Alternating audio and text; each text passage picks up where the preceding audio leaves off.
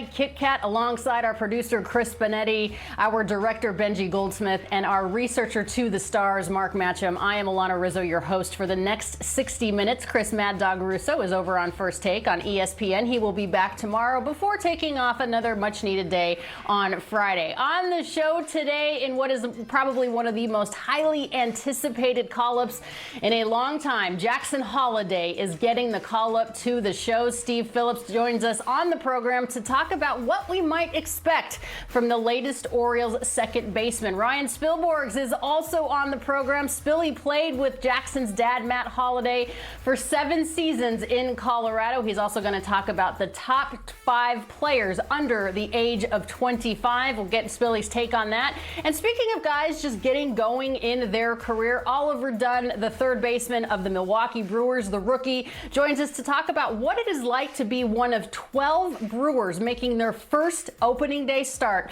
in 2024. Looking forward to having Oliver Dunn on the program from the Brew Crew. But honestly, the big thing today, not since Steven Strasburg's debut back in 2010 or maybe Bryce Harper a couple of years later, has there been more of an anticipated major league debut than what is going to happen today for the Baltimore Orioles against the Boston Red Sox. Jackson Holliday, MLB Pipeline's #1 overall prospect, is getting the call to the show. He's going to be able to make his big league debut today, and I have known Jackson Holliday literally his entire life. I had the opportunity to cover his 7-year All-Star slugger dad, Matt Holliday, in his time with the Colorado Rockies, and even at a very young age, you can see the video here from Jeff Howe, a photojournalist out of the Denver, Colorado market, how he had the slug as a 3-year-old. And this is a kid that at 3 and 4 and 5 years of age had hand-eye coordination that a lot of big leaguers would actually envy to this day. Now, you think about Steve Phillips and what he's done in his career. This is a guy that is very used to recognizing young talent and obviously assessing stars as they come through the ranks. Steve, welcome to the show. Always great to have you on High Heat on Wednesdays. Jackson Holliday is a name that we've known about for a very long time. He gets the call up today with to whom much is given, much is expected. So what can we expect from Jackson? Well, he's my pick for the American League Rookie of the Year, so I'm not putting a whole lot of pressure on him. But, I mean, come on, go out there and perform. This kid is so talented, 20 years old, tore up AAA. Remember, they sent him down at the end of spring training, and he went down with the right attitude. And by the way, as all the Norfolk Tides did down there, as they're crushing the baseball. And he just put up numbers, and he struck out 15 times in 45 at-bats in spring training. And one of the things they said is, we want you to cut down on strikeouts, be more selective. And so he did that. 8 walks, 6 strikeouts down below. He earned the walks. He's getting on base. Plate discipline is there. But he's got legit power. He's not a big brute of a young man, but he's got raw strength, that ability to rotate that bottom half, use his entire body to get into the baseball. He'll use the whole field to be able to hit for average from line to line, the ability to drive the ball from gap to gap. He's rangy defensively. He's got a strong arm, and he is going to fit right into this young Baltimore Orioles team. I am so excited to see this young man get his career started. No question about it, and I'm sure that the Holliday family, if they can, they're making their way to Boston right now to see Jackson's debut. But it was funny when the Orioles posted that he was getting a call to the show. They said, call Dad, and I know that he's very close to his mom, Leslie. He's mama's boy, so call Leslie, Jackson. Make sure that everybody's there. And by the way, Steve, Ethan Holliday might be an even better athlete than Jackson. He's coming up in a couple of years also. All right, Sonny Gray is just what the doctor ordered for St. Louis. Do the Cardinals have enough pitching, Steve? So I think they do. I know a lot of people are naysayers right now. Look, Kyle Gibson did not have a very good start his last time out, although he shut down after some early runs scored and ate up some innings. Lance Lynn, 2 veteran guys there. But I think they needed an ace. They needed Sonny Gray back in that rotation, 5 shutout innings. And I think that when everybody else can fall in line behind that, it takes some of the pressure off them to go out and attack. The other thing is Sonny Gray will eat up some innings, so they're not having to burn the bullpen, that bullpen will be fresh and available for everybody else in the rotation. And so I'm not discounting this Cardinals team. I know a lot of people are. I look at them as being a potential wild card contender in the NL Central. I think the Cubs are the cream of the crop there, but I do think the Cardinals are going to vie for one of those wild card spots. As you see Goldschmidt and Arenado on the offensive side, some of the young kids get going. Plus, they've had so many injuries, but I do think Sonny Gray will make a huge difference. They got exactly what they wanted from him yesterday, and I think it's the start of this rotation really getting stronger. And Steve, speaking of the Cards, former Cardinal Tyler O'Neill leads the league in home runs. Did St. Louis make a mistake letting him go to Boston? No, I think they had to trade him. I mean, obviously, the bit of a run-in last year with Oliver Marmol, the manager. He was called out for not really hustling. I didn't really quite see it the same way that Oliver Marmol did. But there are times as a general manager that you know when you trade a player, he's going to be better for them than he would be for you. That you've sort of burned the bridges, that there's too much baggage there, that you have to trade him. But you know that the fresh start's going to open up the door for this young man. And I talked to Tyler O'Neill in spring training. He was so excited for the new opportunity. You know, really loved his time in St. Louis and regretted the way that it ended there. But this guy, now here's the thing, he's got 6 home runs, but he also has 6 RBIs. Like, they're all solo home runs right now. Just getting back to Boston, he hasn't even, after the home run yesterday, he hasn't even taken real advantage of the Green Monster yet. He is a powerful young man. He can run. He's a Gold Glove caliber outfielder as well. I think this is a huge pickup for the Red Sox, and he's got a year before free agency, so this is a big year for him to put up the numbers and go out there and get the big contract next year. Yeah, the guy's got to get on base so he can have more than just a solo shot. 6 RBIs, of course, from those 6 home runs. All right, let's move to the Pirates. David Bednar, great closer, all-star closer, but he has blown 3 saves so far this season. I love the fact that Rowdy Tellez went and kind of picked up his closer after the last blown save. But what does he need to work on? What's going on with him?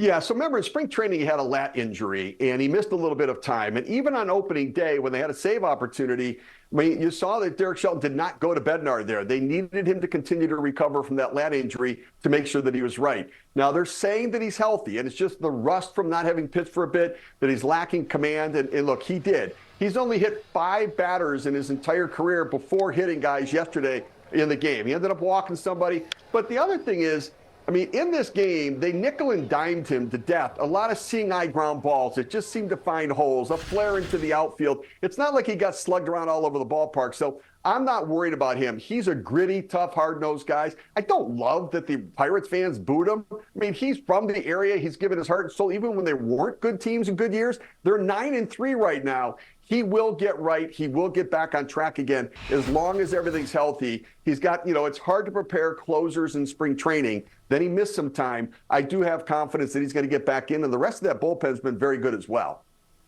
Yeah, you'd be hard-pressed, Steve, to find anybody that has done more for the Pittsburgh community than David Bednar. I mean, he absolutely gives his heart and soul to that community. He will get back on track on the bump. Speaking of a guy that is on track on the bump, Tyler Glasnow. My goodness, 14 punch-outs, 7 innings, but Dave Roberts takes him out after 86 pitches. Good move, right move? What's your take? Yeah, oh, absolutely. I mean, listen, the one thing about him, right, the most he's ever thrown in a season is 120 innings, and he did it last year. He's been an injury-prone guy, and I think the reality is they need to protect him. He could have gone back out there. Look, he might have been able to strike out 20 batters. He was at 14 through 7 innings, but you don't want to send him back out there. The lead was 6-0 at the time, and I think you've got to understand you need to protect his innings so that he stays healthy during the course of the season. And every inning you save for him right now, every pitch you save for him right now makes him that much stronger at the end of the year. So it was the right move to make. And listen, if they can't hold the 6-run lead with 2 innings left in the game, then shame on them, right? And so they did hold on to it. They cut into it. It was 6-3 at the end. But Glasnow looked overpowering in this game. Explosive fastball and his breaking stuff locked hitters up, and he got a lot of called third strikes. Yeah, a bit of a correction on my point. He threw 88 pitches, not 86, but the Dodgers are 3-0 with him on the bump, and they're the first team so far in the major leagues to get to 10 wins. Finally, before I let you go, Steve, Carlos Rodón looked like the guy that the Yankees thought that they were getting. Do you believe? You know, there's probably not a player in the game that's more important to his team and which way they're going to go than Carlos Rodón. I mean, look, the money last year they spent on him, he didn't live up to the expectations. He looked really good yesterday. He looked like that Carlos Rodón. Throwing 95, 96 miles per hour, the high fastball by hitters, the outstanding breaking ball, bearing it down to the back foot of the right-handed batters. And so he looked like that guy. And look, if Garrett Cole comes back and he's healthy, that 1-2 punch of the front of rotation is going to be dynamic. Even if Cole doesn't come back, if Rodón can emerge and be the front of the rotation guy like he pitched yesterday, then I think the Yankees are going to be able to weather this and get through all of it. The offense has certainly been there to support the pitching staff to take some of the pressure off of it. But at some point, the offense will cool off. It's going to come down to, can you outpitch the opposition? Rodón looks like it so far. They've got to keep him healthy and strong all season long. Steve, I always learn so much when you're on the show. Always appreciate these weekly visits. Thanks very much. We'll see you next week. Thanks, Alana. All right, Steve Phillips, former GM, does such a great job for us here on High Heat. I want to ask you this. Join Spilly Goat, that's Ryan Spilborghs and me today, for our Wednesday Top 5. Here's the question that we're asking everybody. Who are your favorite Major League players under 25? Now, there is a caveat. They have to already be called up to the show, so you can't say Jackson Holliday. As well, Ryan Spilborghs, I'll never forget that home run trot. You were so excited. What do you remember about rounding the bases that day? I was angry. It was like one of those crazy years where, Alana, you know this, like birth of a child, lost my mother early in the year in February. I was arbitration eligible. I wasn't playing anymore. So it was a bunch of like different emotions. So I usually tell people when you watch that is like true cathartic explosion of emotion just busting out of me. And so it was a little bit more beyond the field than just hitting a homer against the Giants, who we despised that year. We could not stand the Giants. But it just felt so good for me in that moment to do something for a team that I was not being a great teammate. And the reaction from my teammates kind of welcoming me back, that's what stands out the most to me. Was the true fabric of baseball is about being a great teammate. And I lost that for a little bit. And so that moment means a lot to me for so many different reasons. Oh, I love that explanation. I didn't even know that. I knew that Esperanza was looking down on you, but to go through that wave of emotions while you were rounding the bases is incredibly cool. Before we get into your topics that you suggested, Spilly, I want to talk to you about Matt Holliday and Jackson Holliday. Of course, the news around baseball is that Jackson's getting the big call up to the big leagues today for the Orioles, and you were a teammate of Matt, so you saw Jackson coming through the clubhouse since he was itty bitty. Did you notice something special? You saw it from day one, Alana. I mean, he was, in a way, he was the team kid. He was born and raised within the clubhouse. He was respectful. I mean, when you think about certain players, and we've seen kind of an advent of players that are, brought up through competitive baseball, travel baseball, just this different environment. Well, Jackson was born and raised within a major league clubhouse. That's unique because he respected the game. He respected all the different people that come through that door. He respected the clubhouse attendants, scouts. There's just so many people that you don't realize are part of the day-to-day in Major League Baseball. And Jackson and his family always saw that. And beyond that, I think the best example of why we knew Jackson would be great was he was passionate about baseball. He wanted to get better. And his family was always that safety net that you need when everything's don't go your way. So for Jackson to get this opportunity, which, by the way, I'm sure he did really good down in the minor leagues for the last 10 days to earn the call up, I think it's really cool. I think it's really, really cool. Yeah, it's neat. I think it also means that we're just getting old, and it's weird that a 3-year-old is now in the big leagues, even though he's only 20. All right, let's talk a little bit about Shohei Ohtani. You have a very interesting take on what you think, Ryan, that the Dodgers should do with Shohei. You want him just to stick to hitting. Why is that?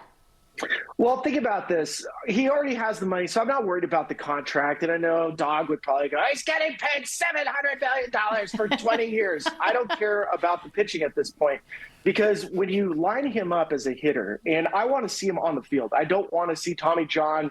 We're kind of in an epidemic of arm injuries right now. I know a DH is not going to win an MVP, but I don't care. For Shohei Ohtani, consider this. The last 3 seasons, it's a 162 OPS plus. That's crazy. It's 127 home runs. He led last year the American League in home runs, on-base percentage, slugging, OPS, OPS plus. There's only one other left-handed hitter in the game that I even compare Shohei Ohtani to, and that's Yordan Alvarez. That's it. And in the last 3 years, Yordan has Ohtani beat in batting average and OPS plus. But Ohtani also adds a speed factor.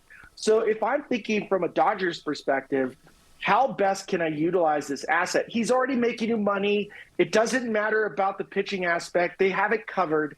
Why not just let Ohtani do what Ohtani does and rake at a level that is almost historic? His numbers, Alana, if you were to measure him up against like Juan Soto, who, again, is another one of my favorite hitters, Ohtani's got Soto beat in power and in some cases on base percentage. So I don't see the real reward in risking Ohtani pitching anymore. Unless you want to use him as a But do the Dodgers have enough pitching, Spilly? They signed him to do both, right? Do they have enough pitching in terms of depth? You figure, we don't know what Walker Buehler's going to give him. We don't know how Clayton's going to be when he comes back. We're probably not going to see Dustin May, definitely not Tony Gonsolin. And even beyond this year, do the Dodgers have enough pitching to allow Shohei just to concentrate on hitting? Well, he's not going to pitch this year anyway, so it doesn't even matter. That's kind of the point, is you're doing fine without him. And I think what the Dodgers have done better than virtually any other team in the sport has been draft and develop. The fact that Tony Gonsolin was, a 12th round draft pick, Dustin May was a late rounder, Walker Buehler was a late first rounder that they got after a Tommy John surgery. So the Dodgers have been really good at drafting and developing. So you don't need to use free agency. You don't need to use Ohtani. You can figure out ways around it. To me, the value of Ohtani has always been marketing and providing that big bat for the Dodgers in the middle of the lineup to pair with Mookie Betts and Freddie Freeman. They have that. That's three guys at the top of the lineup that we have never seen before with the abilities to hit homers and OPS. So they got what they wanted, and now just let them play. All right, we want to talk a little bit about the NL West too, Spilly, because the Dodgers are the first team to 10 wins across Major League Baseball. Not a massive surprise. They have an embarrassment of riches, but the remainder of the National League West, nobody is at 500 as far as win percentage is concerned. What have you taken away from the first couple weeks? So I've seen the Arizona Diamondbacks a couple times this year. I am very high on the Diamondbacks. I actually think the National League has a one tier. I have Atlanta, Dodgers, Philly, and I had the Diamondbacks in that tier. I think I'm downgrading them a little bit. They've suffered some pretty big injuries. Geraldo Perdomo is a big loss for them. I'm excited to see what Eduardo Rodriguez and Jordan Montgomery look like in the rotation, but they're a little banged up. They don't look quite as good as they did during the playoff stretch. I think the bullpen has really struggled the last week or so. So I'm downgrading the Arizona Diamondbacks. I'm upgrading the Padres. The Padres look a lot better than I thought they would. The Jackson Merrill kid in center field as a young rookie is pretty phenomenal. And the Giants, not quite sure. I'm at a loss for them. I think they made some additions that they needed to make. I was excited to see Blake Snell the other day, 3 innings, 72 pitches. I think he's still not quite in baseball shape for the season, but they're trying to push him. So I see a bit of a logjam with the National League West. You got 4 teams that are three teams that are pretty evenly matched. I still give the benefit to the Diamondbacks, but it's going to be chasing down the Dodgers, and I just don't see it. I don't think anybody sees anybody chasing down the Dodgers. I know from our MLB Network radio family, our Loud Outs family, it was 100% that we saw the Dodgers winning the West.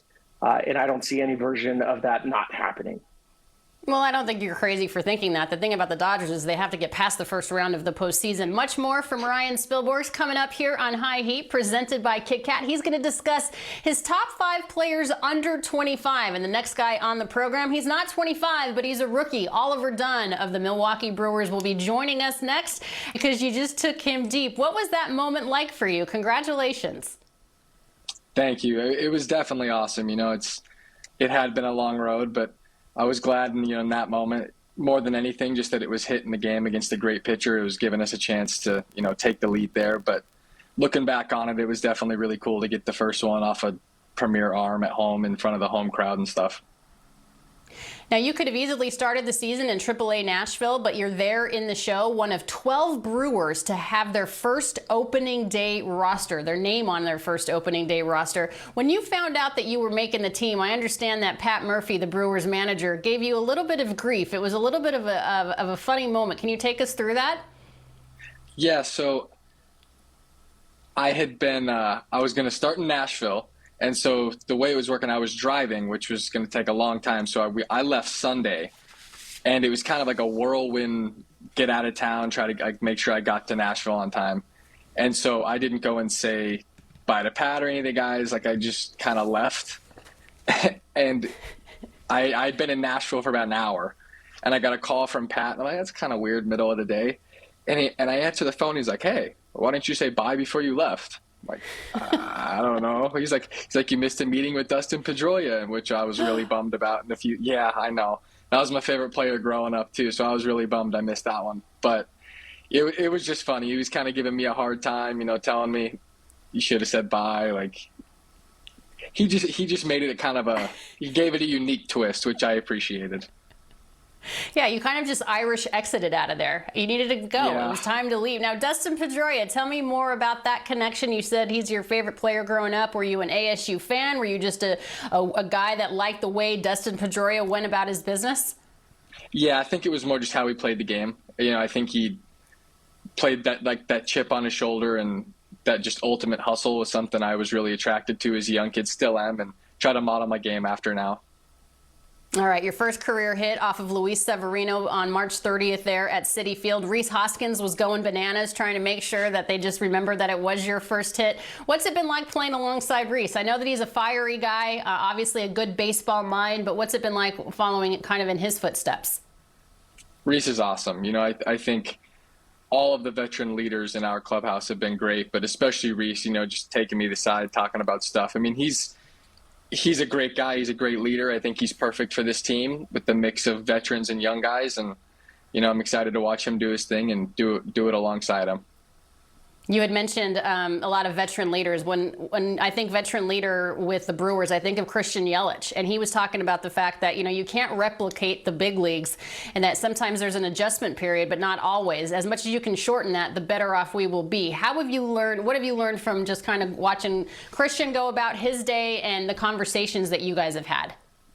Yeah, I think watching anybody who's that elite at their job is awesome, but getting like a firsthand look at watching Christian, he's just so detail oriented. He knows exactly what he's doing when he's in the cage, when he's working on his defense. Like, he has such a plan and he's such a pro about the way he goes about it, that it's been pretty eye opening watch him, just how focused he is with all of his pregame work and everything he's doing in the game, and how he's able to stick to his game plans and stuff. I think he's a great guy to watch and continue to try to eventually get as good as he is at it. Oliver, everybody has a unique path to the show. Some never get there. Some have unbelievable Hall of Fame careers, but nothing is linear. You were an 11th round pick back in 2019, and you've definitely had to pay your dues. How much can you appreciate the effort and the work that you've done to get to this point now? Or have you even been able to appreciate it and let it sink in? Yeah, it's funny. I haven't had a lot of time to kind of sit and think on it. And I guess I try not to all the time, just because, in my head, I want to continue going. Like, I want to look forward versus back. But when I do look at it, it's pretty cool. I think there was moments in my minor league career where the future didn't look super promising. And so I'm glad that I was able to kind of battle through those moments and stick through it. And it makes those, like the homer and some of those other moments, a little bit sweeter. Were you ever at a point where you're like, you know what, maybe this isn't for me? Why did you keep going?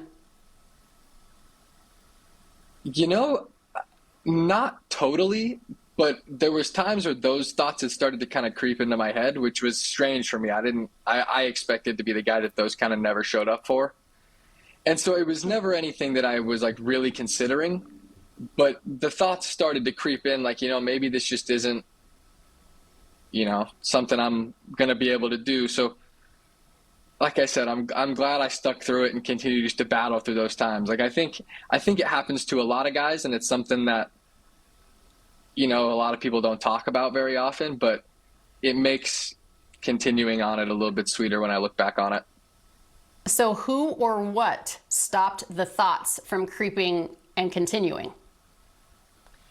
I think, just support from my family and belief that, like, hey, it's as long as you've got a jersey on and the opportunity to continue playing, that you go at it as hard as you can. And that's kind of just how I have always grown up with, like, all my high school coaches and family and stuff. Just that if you're still playing, I love to play the game, and just don't take it for granted. Go out and keep playing hard and trying to get better and see where it takes you. What will you do with the first hit, the ball of the first hit, as well as your first home run ball? Do you have a special place for those? So I gave my first hit to my dad to let him keep it. I will assume he'll put it up in his office or something, and I'm going to keep the home run ball, hopefully to make like a little, I'll make a little trophy case or something someday that I can put it in. All right, Oliver, hopefully the first of many. Congratulations, my friend. You are a big leaguer. You are in the show, hopefully for a very long time. We always appreciate you taking the time, and best of luck against the Reds tonight. Thank you. Thank you for having me. Spilly rejoins us here on High Heat, presented by Kit Kat. And Spilly, you are not under 25. I am not under 25, but we get the opportunity to see some of the game's rising stars. So for you, let's start at number 5. Who should we be paying attention to if we aren't already? This is my hardest number, was number 5, because I love Corbin Carroll, but I kept Corbin Carroll off. He's a rookie of the year last year. He's phenomenal, but I have Jackson Chourio at number 5. I've heard so much from Milwaukee Brewers talking about this kid. He's 20 years old, from Maracaibo, Venezuela. And people say, look, he reminds me a little bit of Ronald Acuna. Wow. We've already seen him hit 2 homers. He's in the middle of a 3-game hit streak. He carries himself. He looks the part. 8-year contract before he even had a day in the big leagues. I'm taking a bit of a flyer on this one because I think the upside is there. So pushing Corbin Carroll out of it was really, really, really hard for me to do. But I think it's worth it, especially when you consider the pedigree, where he's from, and the fact that the Brewers are a mid-market team when it comes to some of their salaries and stuff. So they have to be fully committed to offer that type of contract to a player like that. So I believe in the Brewers. I believe in Matt Arnold because he's a gaucho. And I think Jackson Chourio is probably one of the best players under 25. Yeah, you're taking a proven guy like Corbin Carroll and you're booting him off the list for Jackson Chourio, but I get it. I mean, this is a guy already that's hitting 278, 2 home runs, 7 ribbies in 9 games. Okay, number 4 is Gunnar Henderson, and this is the guy that's currently the shortstop for the Baltimore Orioles. Jackson Holliday getting the call up. He will play second base. What do you like about Gunnar? I like his constitution. I like that he was able to, last year, through the first month and a half, he struggled offensively, but was playing awesome defense. The fact that he could play third base, could play shortstop, and then found his groove and ended up being the Rookie of the Year in the American League. I love him. He's 22, Alana, 22. Like most of these guys, when I was 22, I was just getting out of college, barely able to make my own bed, let alone face some of the best pitchers in baseball. I think when it comes to Gunnar Henderson, and this one's another kind of interesting play for Mike Elias and the Baltimore Orioles, is that Gunnar hasn't signed a long-term extension. Neither is Adley, and neither is Jackson Holliday. We know that these guys are really good. They're going to be really expensive, but you have to keep this core group together. It's what the Atlanta Braves did. And it's the reason why we see the Atlanta Braves in such a great spot. Love him. I don't have a comparable for Gunnar Henderson because we haven't really seen a 6'3" shortstop third baseman that hits left-handed. Maybe Corey Seager could be that comp, but that's a pretty high level, and I think Gunnar's capable of doing it. Yeah, well, Corey Seager's never going to leave the shortstop position, so I'm not sure that's the best comp. But I ask you this. At 44, do you finally make your bed, or do you make Stacy do it? Because you weren't doing it at 22. No, I have to make the beds for everybody, including the silly pets and guinea pigs we have down in the basement. I can't stand it. All right, number 3, we look at the Texas Rangers and Wyatt Langford. What do you love about him? Well, Wyatt Langford's special. I know he ripped through the minor leagues last year, and talking to people that watched the swing, they said, hey, he reminds me of some guy that plays for the Angels and wears number 27. That's really high praise. He's strong, 6'1", big build. But right now, Bruce Bochy, Alana, Boch has Wyatt Langford hitting third on the Texas Rangers. He has less than 40 at-bats. And when I see this upside for Wyatt Langford, I think the sky is the limit for him. I also love players that can go line to line and use the whole field. 6'1", 225. He was a top prospect.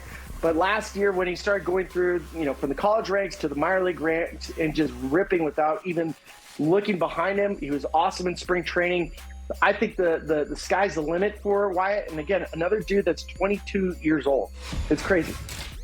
It's insane. 22 years old, hitting as the DH, batting third for the World Series champion Texas Rangers. This guy is an absolute stud. All right. Tied for the oldest on your list is your number 4 player, who we know very well, Julio Rodriguez. I love Julio. I mean, how can you not? I think the comparable for Julio of being side by side with Ken Griffey Jr. last year was the first 2 months of the year while he was trying to get ready for the All-Star game. I think it put a little extra pressure on him. But the fact that he's a legitimate 30-30 guy, it's a no-fly zone in center field, so defensively he's unbelievable out there. I think the comp is a little bit unfair of Ken Griffey Jr. I like him better to Andrew Jones. I think that one makes a lot more sense to me. I love how this kid plays. I think he has a chance to get really, really good. I want to see the strikeouts get cut down, but so far, so good when it comes to Julio. He is such a stud. What he did in the home run derby in the All-Star game a couple years ago, and where I think the Seattle Mariners should be, kind of rides on Julio, which, again, I think is unfair. There's a lot of pressure on this guy, but he has the ability to do it. He could be one of those generational players at the end of it where we're talking about, what number vote is he going to get into the Hall of Fame possibly? Yeah, this is a kid still looking for his first home run of the season, but already has 2 All-Star selections and a Rookie of the Year award back in 2022. And your number 1 guy, and I love this pick, Spilly, because I've loved this kid for a really long time. Obviously, the Kansas City Royals think very highly of him with the extension, Bobby Witt Jr. Bobby Witt Jr. is amazing, 22 years old. Last year hit 30 home runs, 49 stolen bases as a shortstop. He's only getting better. The outs above average is there for him. The defensive run saves is there for them. The personality is amazing. The contract that the Kansas City Royals made with Bobby Witt at the start of this year was really, really smart. It gave him a 7-year guarantee with a couple options on the back end of it. And when I watch Bobby Witt Jr., of course, I'm biased because I love Trevor Story in Colorado. Trevor Story and Bobby Witt Jr., they've worked out together in Texas. And when you see athleticism and power, and then you add the defensive aspect to it, I'm amazed by him. And I don't even know if there's a ceiling for what his talents are. And again, another kid, just like Jackson Holliday, who grew up in a major league clubhouse, and you can see the respect he has for all the people, not just his teammates and the teams that he's playing, but all the people surrounding Major League Baseball. I will point this out to you too, Alana. Juan Soto just turned 25 in October. He has 162 career home runs. I added up all the homers from the guys on my top 5 list. They don't even get close to 162.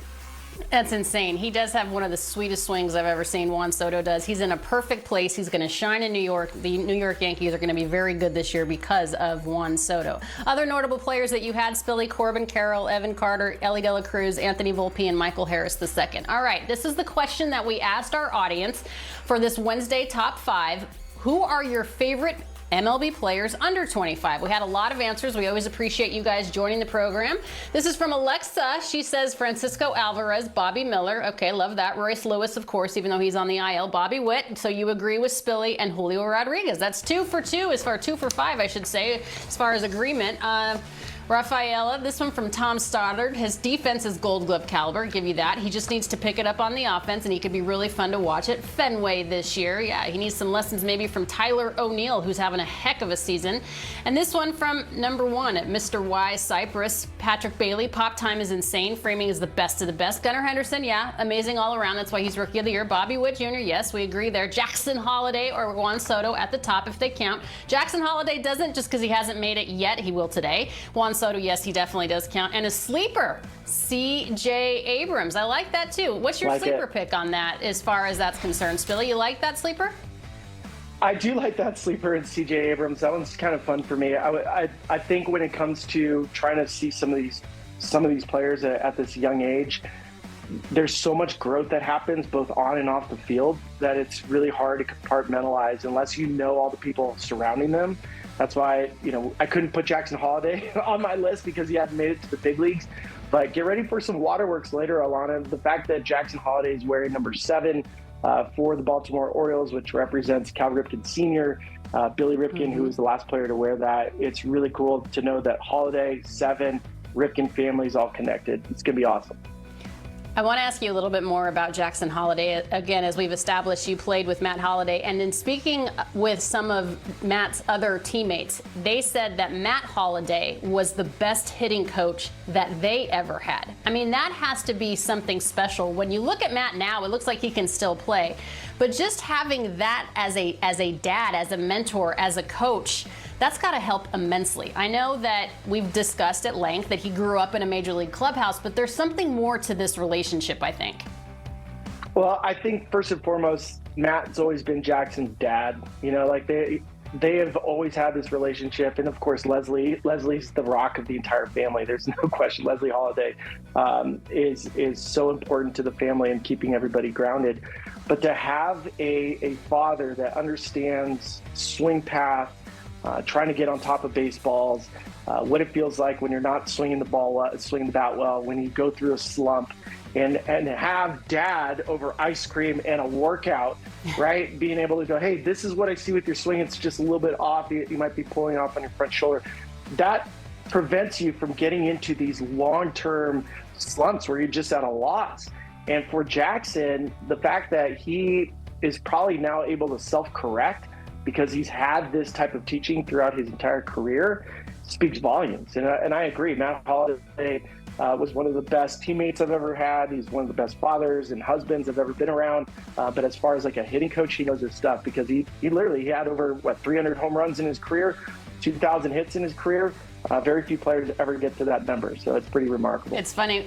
When I was talking to Matt and Jackson Holliday before the draft, before Jackson got drafted, I was at their house in Oklahoma, and Matt was telling me that he actually learned a lot about hitting from his young son, just about backspin and that type of thing. I mean, that says a lot. I mean, this is a very talented kid, but you're absolutely right, because Jackson even said that he's a mama's boy. So Leslie is the rock of that family. Ryan Spilborghs, we appreciate your time as always. Spilly, thanks so much for being with us on High Heat.